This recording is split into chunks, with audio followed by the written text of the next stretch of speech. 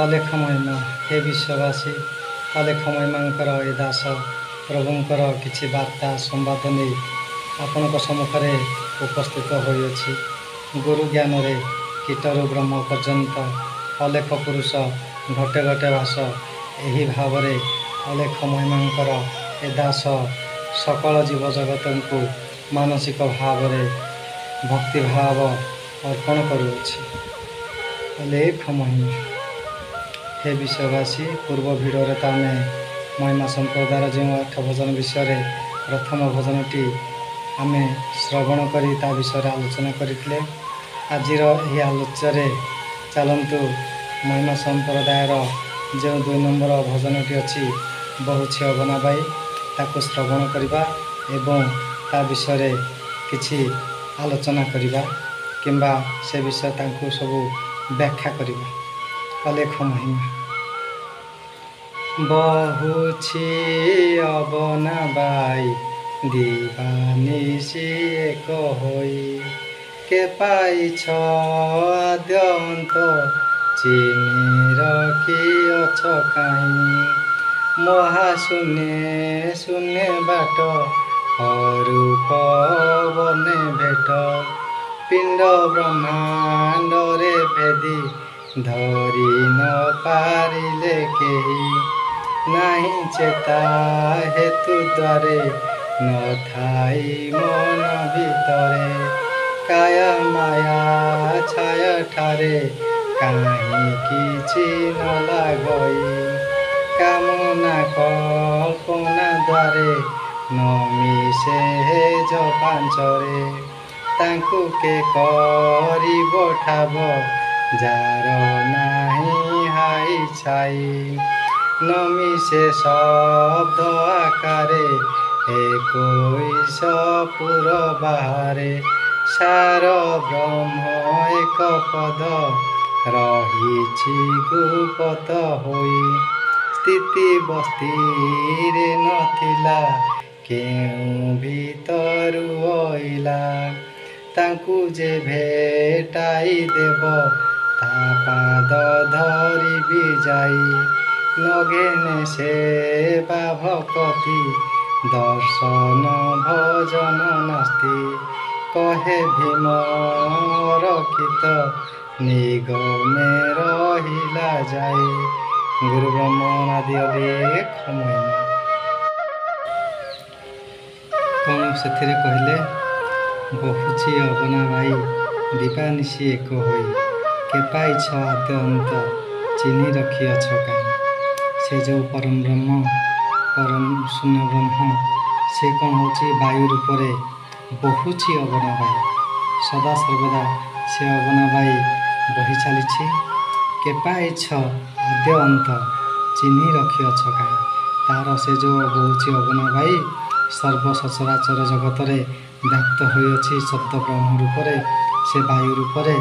ତାକୁ କିଏ ଚିହ୍ନିଅଛ, କେଉଁଠାରେ ତାର ଠାବ କିଏ କରିଛ, ସେ କଥା ସେ ଏଠାରେ ଆମକୁ ଭୀମ ଭୋଇ ତାହା ଆମକୁ ଜଣାଇଛନ୍ତି। ସେ ବାୟୁ ସଦୃଶରେ ସଚରାଚର ବିଶ୍ୱ ବ୍ରହ୍ମାଣ୍ଡରେ ଶବ୍ଦ ବ୍ରହ୍ମ ରୂପରେ, ନାମ ବ୍ରହ୍ମ ରୂପରେ ସଚରାଚର ବିଶ୍ୱରେ ସେ ବ୍ୟାପ୍ତ ହୋଇଅଛନ୍ତି। ତାପରେ କହିଲେ କ'ଣ ନା, ମହାଶୂନ୍ୟେ ଶୂନ୍ୟ ବାଟ ଅରୂପ ଅବର୍ଣ୍ଣେ ଭେଟ। ସେ ଯେଉଁ ମହାଶୂନ୍ୟରେ ସେ ବାଟ ଅଛି, ମହାଶୂନ୍ୟେ ଶୂନ୍ୟ ବାଟ ଅରୂପ ଅବର୍ଣ୍ଣେ ଭେଟ। ତାଙ୍କୁ କେଉଁପରି ଭାବରେ ଏ ରୂପରେ ଭେଟ ପାଇବା ପାଇଁକା ସେ ମନା କରିଛନ୍ତି। ତାଙ୍କୁ କେବଳ ଅରୂପରେ ସେ ମହାଶୂନ୍ୟରେ ଆମର ଜ୍ଞାନ ଚକ୍ଷୁ ଦ୍ୱାରା ଅନୁଭବ ସୂତ୍ରରେ ସେ ପରମ ବ୍ରହ୍ମକୁ ଆମେ କେବଳ ଭେଟ କରିବା ପାଇଁ ସେ ଆମର ମହାତ୍ମା ଭୀମ ଭୋଇ କହିଛନ୍ତି। ପିଣ୍ଡ ବ୍ରହ୍ମାଣ୍ଡରେ ଭେଦି ଧରି ନ ପାରିଲେ କେହି। ଏହି ପିଣ୍ଡ ବ୍ରହ୍ମାଣ୍ଡ ଭିତରେ ଆମର ଯେଉଁ ଅଛି, ବାହ୍ୟରେ ତ ଆମେ ଯେଉଁକୁ ଦେଖୁଛନ୍ତି ଇଏ ହେଉଛି ବିଶ୍ୱ ବ୍ରହ୍ମାଣ୍ଡ। ଆମ ଶରୀରକୁ ବି ଗୋଟିଏ ପିଣ୍ଡ ବ୍ରହ୍ମାଣ୍ଡ ବୋଲି କୁହାଯାଏ। ଏହି ପିଣ୍ଡ ବ୍ରହ୍ମାଣ୍ଡ ଭିତରେ ବି ଅନେକ ଯୋଗୀ ଋଷିମାନେ ସବୁ ସାଧନା କରି କରି ତାର ଅନ୍ତ ଆଦ୍ୟ କେହି ମଧ୍ୟ ପାଇପାରିଲେ ନାହିଁ ବୋଲି ସେ କହିଛନ୍ତି। ପିଣ୍ଡ ବ୍ରହ୍ମାଣ୍ଡରେ ଭେଦି ଧରି ନ ପାରିଲେ କେହି। ସେ ପିଣ୍ଡ ବ୍ରହ୍ମାଣ୍ଡ ଭିତରେ ବହୁତ ଷଡ଼ଚକ୍ରକୁ ଜାଗ୍ରତ କଲା ଭଳିଆ ମୁନି ଋଷି ସାଧକ ବି ମଧ୍ୟ ଅଛନ୍ତି, ଯେଉଁମାନେ ଷଡ଼ଚକ୍ରକୁ ଜାଗ୍ରତ କଲା ପରେ ବି ଆମେ ଯାହାକୁ କହୁଛନ୍ତି ଷଡ଼ଚକ୍ରକୁ ଜାଗ୍ରତ କଲା ପରେ ଆମେ ସେ ପ୍ରଭୁଙ୍କର ଭେଟ ପାଇପାରିବା ବୋଲି। ପ୍ରକୃତରେ ଏଠି ଦେଖନ୍ତୁ ଭୀମ ଭୋଇ ମନା କରିଯାଇଛନ୍ତି, ପିଣ୍ଡ ବ୍ରହ୍ମାଣ୍ଡରେ ଭେଦି ଧରି ନ ପାରିଲେ କେହି, ତାକୁ କେହି ଆଜି ପର୍ଯ୍ୟନ୍ତ ବି ଧରି ପାରିନାହାନ୍ତି ବୋଲି ସେ ମନା କରିଛନ୍ତି। ଏମିତି ଷଡ଼ଚକ୍ର ବହୁତ ସାଧକମାନେ ବର୍ଷ ବର୍ଷ ଧରି ଯୁଗ ତପସ୍ୟା କରି ଏ ଶରୀର ରୂପ ଶରୀରର ଅଙ୍ଗ ପ୍ରତ୍ୟଙ୍ଗ ବିଷୟରେ ବ୍ୟାଖ୍ୟା କରିଛନ୍ତି। ଶରୀର ଭିତରେ କେତେ ଜୀବ ଅଛନ୍ତି, କେତେ ଜୀବ ସୃଷ୍ଟି ହେଉଛନ୍ତି, କେତେ ଜୀବ ପ୍ରତ୍ୟେକ ଦିନ ତା'ର ସବୁ ପୁରାଣରେ ବର୍ଣ୍ଣନା କରାଯାଇଛି। କେତେ ଶିର ସାଙ୍କୁଳି, କେତେ ଗଣ୍ଠି ହାଡ଼ ଅସ୍ଥି ମାଂସ ଚର୍ମ, କେତେ ଲୋମ, କେତେ ସବୁ ବିଭିନ୍ନ ପ୍ରକାର ଯେତେ ବି ସବୁ ଅଙ୍ଗ ପ୍ରତ୍ୟଙ୍ଗ ଅଛି, ଏସବୁକୁ ବ୍ୟାଖ୍ୟା ସେମାନେ ତ କରିଦେଇଛନ୍ତି ମହାପୁରୁଷମାନେ। କିନ୍ତୁ ସେ ପରମ ବ୍ରହ୍ମଙ୍କୁ ନା ବାହ୍ୟରେ ଭେଟ ପାଇପାରିଛନ୍ତି, ନା ଏ ଘଟ ଭିତରେ ବି, ଏ ପିଣ୍ଡ ବ୍ରହ୍ମାଣ୍ଡ ଭିତରେ ବି ସେ ଭେଟ ପାଇପାରିଛନ୍ତି ବୋଲି, ଭେଟ ପାଇପାରିନାହାନ୍ତି ବୋଲି ମହାତ୍ମା ଭୀମ ଭୋଇ କହିଛନ୍ତି। ନାହିଁ ଚେତା ହେତୁ ଦ୍ୱାରେ ନଥାଇ ମନ ଭିତରେ, ସେ ନା ଆମ ଚେତାରେ ଅଛନ୍ତି ନା ଆମ ହେତୁରେ ଅଛନ୍ତି। ଆମେ ଯାହାକୁ ଅନୁଭବ ବି କରିପାରନ୍ତି, ଚେତା ଅର୍ଥ ଆମେ ଚେତନା ସମୟରେ ବି ତାଙ୍କୁ ବାହ୍ୟରେ ଅନୁଭବ କରିଛନ୍ତି, ହେତୁ ବି କେହି କରିପାରୁନାହାନ୍ତି। ଆମ ନିଜ ମନ ଭିତରେ ଆମେ ତାଙ୍କୁ କେହି ହେତୁ କରିପାରୁନାହାନ୍ତି କିମ୍ବା ମନେ ପକାଇ ପାରୁନାହାନ୍ତି ବୋଲି ସେ ମଧ୍ୟ କହିଛନ୍ତି। ତାପରେ କହିଛନ୍ତି କ'ଣ, କାୟା ଛାୟା ମାୟା ଠାରେ କାହିଁ କିଛି ନ ଲାଗେ। ସେ ଯେଉଁ କାୟା ମାୟା ଛାୟା କାହିଁ କିଛି ନ ଲାଗେ, ତାଙ୍କଠାରେ ଏ ଯେଉଁ ଆମେ କହୁଛନ୍ତି କାୟା ବୋଲି, ଏ କାୟା ବି ତାଙ୍କଠାରେ ଲାଗେନି, ଏ ଛାୟା ବି ତାଙ୍କଠାରେ ଲାଗେନି, କିମ୍ବା ଏ ଯେଉଁ ତ୍ରିଗୁଣ ରୂପୀ ମାୟା ଅଛି, ଏ ତ୍ରିଗୁଣ ରୂପୀ ମାୟା ବି ମଧ୍ୟ ତାଙ୍କୁ ସ୍ପର୍ଶ କରିପାରେ ନାହିଁ ବୋଲି ସେ ବ୍ରହ୍ମଙ୍କର ରୂପ ଏହିପରି ଭାବରେ ବୋଲି ସେ ଭୀମ ଭୋଇ ମହାତ୍ମା କହିଛନ୍ତି। କାମନା କଳ୍ପନା ଦ୍ୱାରେ ନମିଶେ ହେଜ ପାଞ୍ଚରେ, ଆମ ଯେଉଁ କାମନା କଳ୍ପନା ଅଛି ସେ ଭିତରେ ବି ସେ ପ୍ରଭୁ ନାହାନ୍ତି।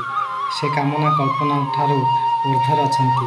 କାମନା କଳ୍ପନା ଠାରେ ନମିଶେ ହେଜ ପାଞ୍ଚରେ, ହେଜ ପାଞ୍ଚର ଅର୍ଥ ନିଜ ମନ ଭିତରେ ବିଚାର କରନ୍ତୁ, ବିବେକ କରନ୍ତୁ, ନିଜେ ଅନୁଶୀଳନ କରନ୍ତୁ, ନିଜେ ଉପଲବ୍ଧି କରନ୍ତୁ, ତାହେଲେ ଆପଣ ଜାଣିପାରିବେ ଯେ ପ୍ରକୃତରେ ଏଇ ଯେଉଁ ଆମର କାମନା କଳ୍ପନା ଯାହା ସବୁ ମନରେ ରହୁଛି, ଆମେ ବର୍ତ୍ତମାନ ଦେଖନ୍ତୁ ପ୍ରତ୍ୟେକ ଦେବାଦେବୀ ଯେଉଁଠାକୁ ବି ଯାଆନ୍ତୁ, ଆମେ ସମସ୍ତେ କ'ଣ କରୁଛନ୍ତି, ପ୍ରଭୁଙ୍କ ସହିତ ବେପାର କଲା ଭଳିଆ, ବିଜନେସ୍ କଲା ଭଳିଆ ସମସ୍ତେ ଆମେ କାମ କରୁଛନ୍ତି। ସେଠାରେ କରୁଛନ୍ତି କ'ଣ ନା, ଯେ ପ୍ରଭୁ ମୋର ଏଇ କଳ୍ପନା କରିଦିଅନ୍ତୁ, ଏଇ କାମନାକୁ ପୂର୍ଣ୍ଣ କରିଦିଅନ୍ତୁ, ମୁଁ ପ୍ରତିଜ୍ଞା କରିଯାଉଛି କିମ୍ବା ସଂକଳ୍ପ କରିଯାଉଛି, ଏହି ଶ୍ରୀଫଳ କିମ୍ବା ଘୃତ ପ୍ରଦାନ କରୁଛି, ମୋର ଏ ସଂକଳ୍ପ ପୂର୍ଣ୍ଣ କରିଲେ ମୁଁ ଆପଣଙ୍କର କାର୍ଯ୍ୟ କରିବି। ଚିନ୍ତା କରନ୍ତୁ ତ, ସେ ପରମାତ୍ମାଙ୍କ ଆମ ପ୍ରତି କ'ଣ ତାଙ୍କର ଦୟା ନାହିଁ, ନା ଆମ କାର୍ଯ୍ୟ ସେ କିଛି କରୁନାହାନ୍ତି? ଆମେ କେତେ ଅଜ୍ଞାନ ଭିତରେ ଅଛନ୍ତି ଚିନ୍ତା କରନ୍ତୁ। ଆମେ ତାକୁ କହୁଛନ୍ତି କ'ଣ ନା, ତାଙ୍କ ସହିତ ବେପାର କଲା ଭଳିଆ ମୁଁ ନଡ଼ିଆ ଦେବି, ଘୃତ ଦେବି, ମୋ ଘରକୁ ସାଧୁ ସନ୍ଥ ଡକେଇ ଭିକ୍ଷା ଦେବି, ବ୍ରାହ୍ମଣ ବୈଷ୍ଣବମାନଙ୍କୁ ଭିକ୍ଷା ଦେବି, ତାଙ୍କ ହସ୍ତରେ ପୂଜା କରାଇବି, ଏସବୁ ମୋର କାର୍ଯ୍ୟ ହେଇଯିବା ଦ୍ୱାରା ତା ଅର୍ଥ କ'ଣ ଇଏ ବେପାର ହେଲାନି, ଇଏ କ'ଣ ବିଜନେସ୍ ହେଲାନି? ଚିନ୍ତା କରନ୍ତୁ ତ, ପ୍ରଭୁଙ୍କୁ କେବେ କିଛି ମାଗନ୍ତୁ ନାହିଁ। ପ୍ରଭୁ କ'ଣ ଆପଣଙ୍କୁ ଦେଇନାହାନ୍ତି କୁହନ୍ତୁ ତ? ଏ ସଚରାଚର ସୃଷ୍ଟିରେ ତାଙ୍କ ଯୋଗୁଁ ଆମେ ଜୀବିତ ଅଛନ୍ତି।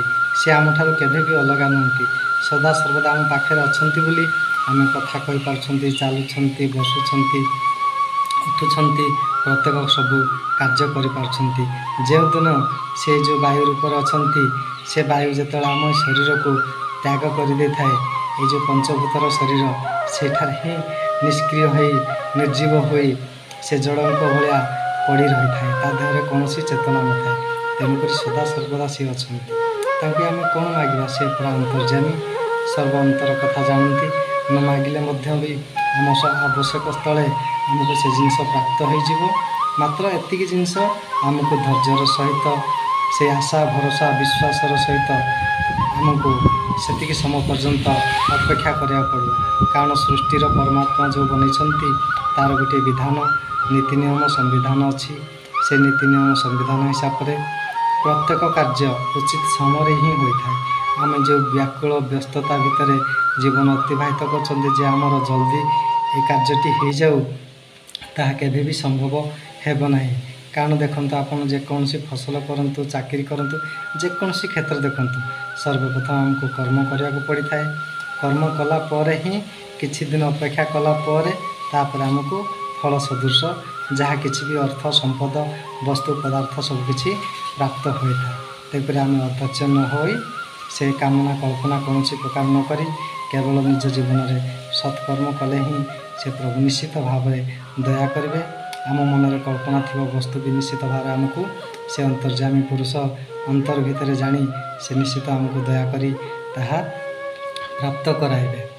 ତାଙ୍କୁ କିଏ କରିବ ଠାବ ଯାର ନାହିଁ ହାଇଛାଇ, ତାଙ୍କୁ କିଏ ଠାବ କରିବ ଯାର ତ ଛାୟା ରୂପ କିଛି ନାହିଁ, ତାଙ୍କୁ କିଏ ଠାବ କରିପାରିବ ବୋଲି ମହାତ୍ମା ଭୀମ ଏଠାରେ ମନା କରିଦେଇଛନ୍ତି। ତାପରେ ନମିଷେ ଶବ୍ଦ ଆକାରେ 21 ପୁର ବାହାରେ, ସାର ବ୍ରହ୍ମ ଏକ ପଦ ରହିଛି ଗୁପତ ହୋଇ। ସେ କ'ଣ କହିଲେ? ନମିଷେ ଶବ୍ଦ ଆକାରେ, ଏ ଶବ୍ଦ ଆକାରରେ ମଧ୍ୟ ସେ ମିଶନ୍ତି ନାହିଁ। 21 ପୁର ବାହାରେ, ଆମେ ଯେ 21 ପୁର ବୋଲି କହୁଛନ୍ତି ଏ ବାହ୍ୟରେ 21 ପୁର ବି ମଧ୍ୟ ଅଛି। ଆମ ଏ ଶରୀର ଘଟ ଭିତରେ ମଧ୍ୟ ବି ଏ ପିଣ୍ଡ ବ୍ରହ୍ମାଣ୍ଡ ଭିତରେ ବି ମଧ୍ୟ 21 ପୁର ଅଛି। ଯେପରି କହିଲି ମୁନି ଋଷିମାନେ ସବୁ ଯୁଗ ଯୁଗ ତପସ୍ୟା କରି ସେ ପୁରମାନଙ୍କୁ ବି ସବୁ ଠାବ କରିଛନ୍ତି। ସେଠାରେ ମଧ୍ୟ ପ୍ରଭୁଙ୍କୁ ସେମାନେ ପ୍ରାପ୍ତ କରି ପାରିନାହାନ୍ତି। ସାର ବ୍ରହ୍ମ ଏକ ପଦ ରହିଛି ଗୁପ୍ତ ହୋଇ, ସେ ଯେଉଁ ସାର ବ୍ରହ୍ମ ଏକ ପଦ ସେ ଗୁପ୍ତ ହିସାବରେ ଅଛନ୍ତି। ତେଣୁକରି ଯିଏ ଗୁପ୍ତ ହିସାବରେ ଅଛନ୍ତି ଆମେ ତାଙ୍କୁ ଯେତେ ଶତ ଚେଷ୍ଟା କଲେ ମଧ୍ୟ କେଉଁଠି ପ୍ରାପ୍ତ କରିପାରିବା? କେବଳ ତାକୁ ଆମେ ଅନୁଭବ ସୂତ୍ରରେ ଅନୁଭବ ହିଁ କରିପାରିବା। ସ୍ଥିତି ବସ୍ତିରେ ନଥିଲା କେଉଁ ଭିତରୁ ରହିଲା, ତାଙ୍କୁ ଯେ ଭେଟାଇ ଦେବ ତା ପାଦ ଧରିବି ଯାଏ। ଭୀମ ଭୋଇ ଦେଖନ୍ତୁ ଆହୁରି କେତେ ସୁନ୍ଦର ଭାବରେ ସରଳ ଭାବରେ ପଦ ପରେ ପଦ ସବୁ ଯୋଡ଼ି କେମିତି ଆମକୁ କ୍ଲିଅର ଭାବରେ ସହଜ ସରଳ ହିସାବରେ ବୁଝାଇ ଦେଉଛନ୍ତି। ତାଙ୍କୁ କିଏ କରିବ ଠାବ, ସ୍ଥିତି ବସ୍ତିରେ ନଥିଲା କେଉଁ ଭିତରୁ ରହିଲା, ତାଙ୍କୁ କିଏ କରିବ, ଯେ କରିବ ଠାବ ତା ପାଦ ଧରିବି ଯାଏ ବୋଲି ସେ କହିଛନ୍ତି।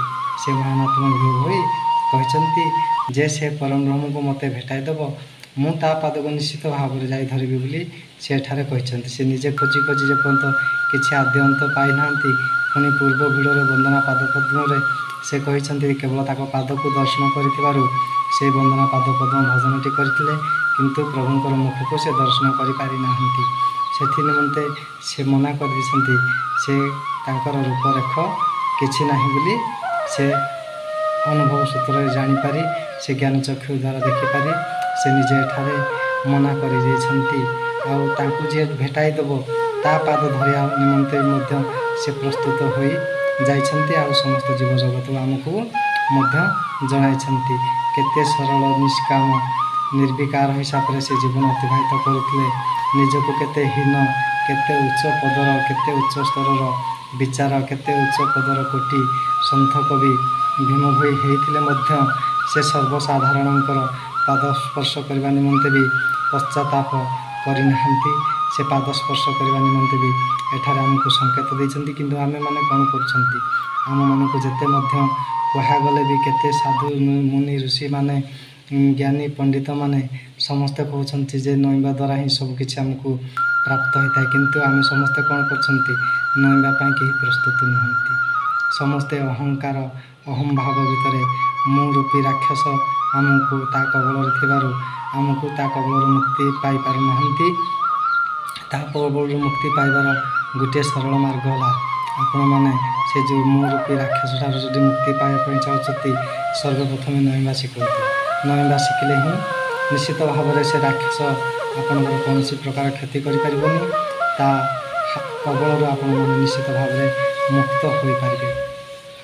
ତାପରେ ଲେଖିଦେଇଛନ୍ତି କ'ଣ? ମହାତ୍ମା ଭୀମ ଭୋଇ ଆମର ନଘେନେ ସେବା ଭକତି ଦର୍ଶନ ଭଜନ ନାସ୍ତି, କହେ ଭୀମ ଅରକ୍ଷିତ ନିଗମେ ରହିଲା ଯାଏ।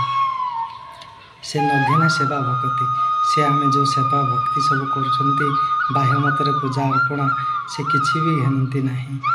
ଦର୍ଶନ ଭଜନ ନାସ୍ତି, ଆମେ ଯେଉଁ ଉଦୟସ୍ତ ଦର୍ଶନ ଭଜନ କରୁଛନ୍ତି ସେ ଦର୍ଶନ ଭଜନକୁ ବି ମଧ୍ୟ ନାସ୍ତି କରିଛନ୍ତି। କହେ ଭୀମ ଅରକ୍ଷିତ ନିଗମେ ରହିଲା ଯାଏ। ଦର୍ଶନ ଭଜନ କାହିଁକି ସେ ନାସ୍ତି କରିଛି ନା ଦର୍ଶନ ଭଜନ କେହି ସମୟରେ ନାସ୍ତି କରିବା ଯେତେବେଳେ ଆମର ଆତ୍ମବୋଧ ହେଇଯିବ, ଆମେ ସେ ବାୟୁ ସୂତ୍ରରେ ତାଙ୍କୁ ଯଦି ଧରିପାରିବା ଆହୁରି ଯେଉଁ ଭଜନ ଅଛି 6ଟି ଭଜନର ବାକ୍ୟ ଅଛି ସେ ଭଜନ ମାଧ୍ୟମରେ ବି ସବୁ ତା'ର ଆହୁରି ସରଳ ଭାବରେ ଅତି ସୁନ୍ଦର ଭାବରେ ତାହା ବୁଝେଇ ଦେଇଛନ୍ତି।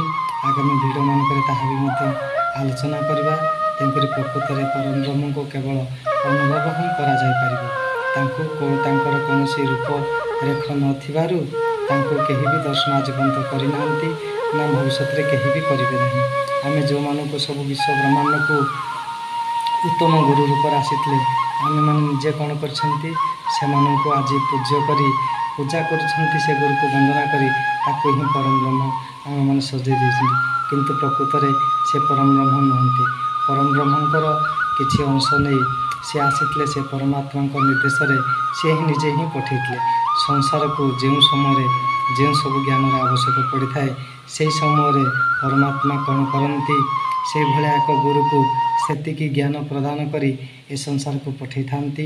ଏ ଜୀବଜଗତକୁ, ଏ ସଂସାର ବିଶେଷ କରି ଏ ମାନବମାନଙ୍କୁ ଶିକ୍ଷା ଆଚରଣ ଦେବା ନିମନ୍ତେ, କୁସଂସ୍କାର ଦୂର କରିବା ନିମନ୍ତେ ହିଁ ସେ ପଠାଇଥାନ୍ତି। ଆଉ ତାଙ୍କର ଜ୍ଞାନ ପ୍ରଦାନ କରିସାରିଲା ପରେ ସେମାନେ ସମସ୍ତେ ପୁଣି ତାଙ୍କ ଇହଲୀଳା କରି ସେ ପରମଧାମକୁ ଗମନ କରିଥାନ୍ତି। ଆମେମାନେ ସେ ଥିବା ଭିତରକୁ ତାଙ୍କୁ କେହି ଚିହ୍ନି ପାରନ୍ତି ନାହିଁ। ଚିନ୍ତା କରନ୍ତୁ, 10 ଅବତାରଙ୍କ ବିଷୟରେ ଆପଣମାନେ ସମସ୍ତେ ଜାଣିଛନ୍ତି। ସେ ଥିଲା ସମୟରେ କେହି ବି ତାଙ୍କୁ ଯେଉଁ ସମୟରେ ଲୀଳା କରୁଥିଲେ କେହି ଚିହ୍ନି ପାରିଥିଲେ ନା ତାଙ୍କୁ କେହି ପୂଜା କରୁଥିଲେ। କିନ୍ତୁ ସେ ଗଲା ପରେ ଆମେମାନେ ହିଁ ତାଙ୍କୁ ପରମାତ୍ମା ବୋଲି ସଜେଇ ପୂଜା କରୁଛନ୍ତି। ଏଥି ନିମନ୍ତେ ଏ ସୃଷ୍ଟିରେ ଆଜି ଅନେକ ଗୁରୁ, ଅନେକ ଦେବାଦେବୀ ସବୁ ସୃଷ୍ଟି ହୋଇଛନ୍ତି। ଆଉ ଆଗାମୀ ଭିଡ଼ିଓମାନଙ୍କରେ ମଧ୍ୟ ଆଲୋଚନା କରିବା। ଯେଉଁ 33 କୋଟି ଦେବତା କହୁଛନ୍ତି ଆମେ, ପ୍ରକୃତରେ ତାହା କେତେ ଦୂର ସତ୍ୟ, କେତେ ଦୂର ମିଥ୍ୟା, ଏସବୁ ଭିଡ଼ିଓ ଆପଣମାନେ ଦେଖି ଚାଲନ୍ତୁ। ଗୁରୁଙ୍କ କୃପାରୁ ଯାହା ବି କିଛି ମୋତେ ପ୍ରାପ୍ତ ହୋଇଛି, ମୁଁ କାହିଁ ତାକୁ ବୋଝ କରି ପୁଣି ନେଇଯିବି, କୁଆଡ଼େ ବା ନେଇକି ଯିବି, ମୋ ସାଥିରେ ସେ ଯିବ ନାହିଁ। ତେଣୁକରି ମୋ ଗୁରୁଙ୍କ କୃପାରୁ ମୋତେ ଯାହା ବି ପ୍ରାପ୍ତ ହୋଇଛି, ମୁଁ ଚାହୁଁଛି ଏ ବିଶ୍ୱବାସୀକୁ ତାହା ବାଣ୍ଟି ଦେବା ନିମନ୍ତେ। ତାକୁ ମୁଁ ଭାରା ଉଶ୍ୱାସ ହୋଇ ଏ ଧରାଧାମରୁ ହସି ହସି ଆପଣମାନଙ୍କଠାରୁ ବିଦାୟ ନେବା ପାଇଁକା ମୁଁ ଅଭିଳାଷ ରଖିଅଛି। ସେଥି ନିମନ୍ତେ ମୋତେ ଯାହା ବି କିଛି ଗୁରୁ କୃପାକୁ ପ୍ରାପ୍ତ ହୋଇଛି, ତାହା ମୁଁ ଆଗାମୀ ଭିଡ଼ିଓମାନଙ୍କରେ ନିଶ୍ଚିତ ଭାବରେ ଗୋଟି ଗୋଟି କରି ଆପଣମାନଙ୍କୁ ଶ୍ରବଣ କରାଇବା ନିମନ୍ତେ ପ୍ରୟାସ କରିବି। ଆଜିର ଭିଡ଼ିଓରେ ରଖୁଛି ଏତିକି। ଅଲେଖ ମହିମା। ବିଶ୍ୱ ଜଗତର ମଙ୍ଗଳ ହେଉ। ଆପଣଙ୍କ ଧର୍ମ ଧାମ ଭକ୍ତକୁଳ ଆପଣ ରକ୍ଷା କରନ୍ତୁ। ଆପଣଙ୍କ ସୁକଲ୍ୟାଣ ଆଶୀର୍ବାଦ ସଦା ସର୍ବଦା ଏ ଜୀବଜଗତ ମାନବ ସମାଜ ଉପରେ ଏହିପରି ଭାବେ ଥାଉ। ଆପଣଙ୍କ ଶ୍ରୀଚରଣ ଅରବିନ୍ଦ ତଳେ ଏ ଦାସ ସଦା ସର୍ବଦା ଏହି ଅଳି କରୁଅଛି। ସମସ୍ତଙ୍କ ହୃଦୟରେ ସଦ୍ଭାବନା ପ୍ରଭୃତି ଜାଗ୍ରତ କରାନ୍ତୁ। ଅଖଣ୍ଡ ବ୍ରହ୍ମଙ୍କ ଦୟା ହେଉ, ଭକ୍ତକୁଳ ରକ୍ଷା ହେଉ। ଅଲେଖ ମହିମା, ଅଲେଖ ମହିମା, ଅଲେଖ ମହିମା।